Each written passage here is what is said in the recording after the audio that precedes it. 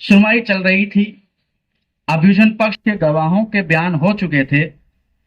राजेश शर्मा जी, मुकदमे जो मेरे वकील थे, राजेश शर्मा जी मुकदमे के अंतिम चरण में अपने तर्क रखने के लिए तैयार थे। वे शुरू कर पाते उससे पहले जज साहब ने कहा कि इसकी आवश्यकता नहीं है। एक ऐसे नौजवान की दास्तान वहां सुन करके उसकी जुबानी लौटा हूं, जिसे 14 साल तक बेकसूर जेलों में रखा गया, मुख्तलिफ जेलों में मुख्तलिफ मुकदमात में उसे इन्वॉल्व रखा गया। 18 साल की उम्र में ये नौजवान गिरफ्तार होता है। उसकी बकौल वो अगवा कर दिया जाता है कुछ पुलिस अधिकारों के हाथों। उसके बाद उसके ऊपर मुकदमा चलता है और 32 साल की उम्र में वो जेल से रिहा होता है। जज साहब उसे बाइज्जत बरी कहकर रिहा करते हैं कि जाओ तुम आजाद हो। और उसके बाद उस आजादी के बाद की जिंदगी जो अब वो गुजार रहा है वो, और इससे पहले जो कैदोबंद में जो उसने जिंदगी गुजारी, उसकी पूरी दास्तान उसने मुरतब की है। ये किताब 2016 में पहली बार अंग्रेजी में पब्लिश हुई। उसकी ये कहानी हिंदी में रिलीज हुई और आज उस किताब पर एक चर्चा थी प्रेस क्लब ऑफ इंडिया के लॉन में, जिसमें वो नौजवान खुद अपनी उस किताब के अंश पढ़ रहा था और सामीन को, नाजरीन को ये बता रहा था कि किस तरह से उसके साथ कब क्या क्या वाकयात पेश आए। उसके बाद जज साहब ने गर्दन झुकाई और अपनी फाइल पर कुछ लिखा। उसके बाद सिर ऊपर उठाया और मेरी ओर देखा और कहा कि मैं आजाद हूं। बस इतना ही।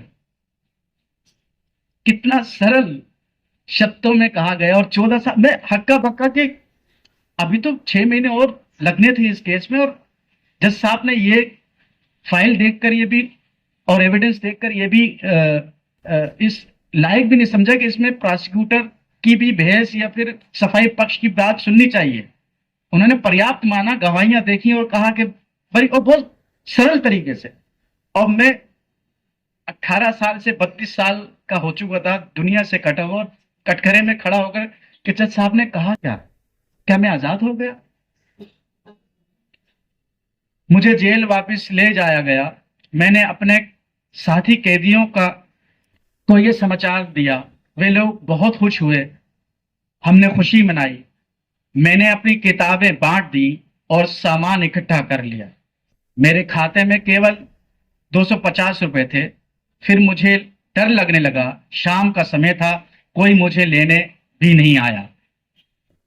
आई नहीं, क्योंकि वालिद साहब का इंतकाल हो चुका था। इस 14 साल की सुनवाई में मां बिस्तर पे आ चुकी थी। मैं अकेला था, नहीं निकला। उन्होंने बड़ा ताला खोला गेट का, लोहे का दरवाजा खुला और मैं बैग लेकर बाहर निकल आया। मैंने लंबी सांस ली।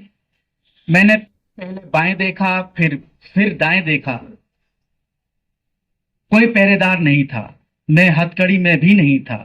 मैं वास्तव में आजाद था। मैं अकेले तो था, पर आजाद था। मैंने आसमान की ओर देखा। मैं बाएं मुड़ा और चल पड़ा। फिर मैं वापस आया और दाएं मुड़ा, कुछ कदम चल दिया और रोमांचित था कि अब मैं अपनी मर्जी से किसी भी दिशा में जा सकता हूं। और मुझे कोई ये कहने वाला नहीं था कि इस दिशा में जाओ, रुको या चलो। मैं अपनी आजादी को महसूस करना चाहता था। मैं एक बार फिर मुड़ा और जेल के गेट, जेल की मीनार और मोटी ऊंची दीवारों को आखिरी बार देखा। फिर मैंने मुड़कर नहीं देखा। अलविदा। ये वो किताब है जो जिसमें 14 साला बेगुनाही की दास्तान दर्ज है मोहम्मद आबिर की। और इस किताब पर तो चर्चा इसको पढ़ने के बाद करूंगा, क्योंकि आज ही मैं इसको लेकर के आया हूँ।